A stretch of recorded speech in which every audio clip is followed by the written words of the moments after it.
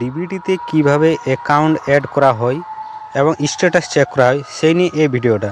খুব সহজের মধ্যে আমি দেখিয়ে দিচ্ছি ডিবিটিতে কীভাবে ব্যাঙ্ক অ্যাড করা হয়। পুরো ভিডিওটা দেখুন। প্রথমে প্লে স্টোরে যাবেন।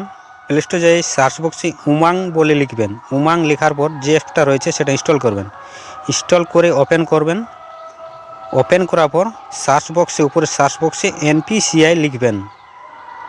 এনপিসিআই লেখার পর যে 2 নম্বর রয়েছে আধার শেডিং, ভারত আধার শেডিং, সেটাতে ক্লিক করবেন। আধার শেডিং ক্লিক করার পর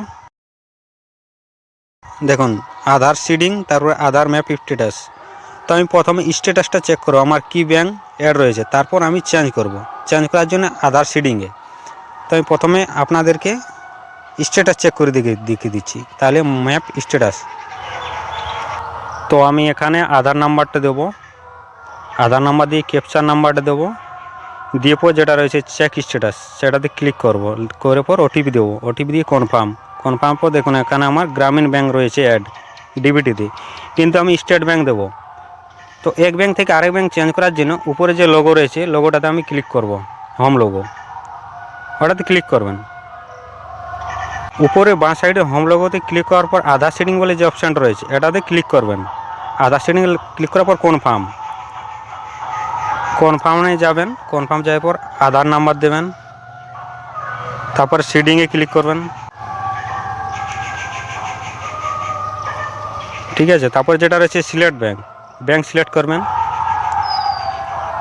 এবার ব্যাঙ্ক দিবেন আপনার ইচ্ছা যেটা দিতে চান। আমি স্টেট ব্যাঙ্ক দেবো, তো আমি স্টেট ব্যাঙ্কে ক্লিক করেছি। স্টেট ব্যাঙ্ক দেওয়ার পর আমার অলরেডি একটা ব্যাঙ্ক রয়েছে, তার জন্য আমি মুভমেন্টে ক্লিক করবো। আর যদি কেউ নতুন ব্যাঙ্ক অ্যাড করতে চান যার ব্যাঙ্ক নেই, সে ফ্রেশ শেডিং ক্লিক করবেন। তো আমি এক ব্যাঙ্ক থেকে আরেক ব্যাঙ্কে যাবো, তার জন্য আমি মুভমেন্টে ক্লিক করছি। মুভমেন্টে ক্লিক করার পর অ্যাকাউন্ট থেকে আরেক অ্যাকাউন্ট, তারপর অ্যাকাউন্ট নাম্বারটা দুবার দিয়ে টিক চিহ্ন করবেন। তারপর যেটা রয়েছে ক্যাপচার নাম্বার দিয়ে পর কনফার্ম করার পর আবার যেটা হচ্ছে এগ্রি অ্যান্ড কন্টিনিউ ক্লিক করার পর আবার আধার ওটিপি, তারপর আবার কনফার্ম। ঠিক আছে, কনফার্মে ক্লিক করার পর লোডিং থাকবে। এরপর দেখা যাক কী হচ্ছে। দেখুন আমার ব্যাঙ্ক চেঞ্জ হয়ে গেল, গ্রামীণ ব্যাঙ্ক থেকে স্টেট ব্যাঙ্ক হয়ে গেল।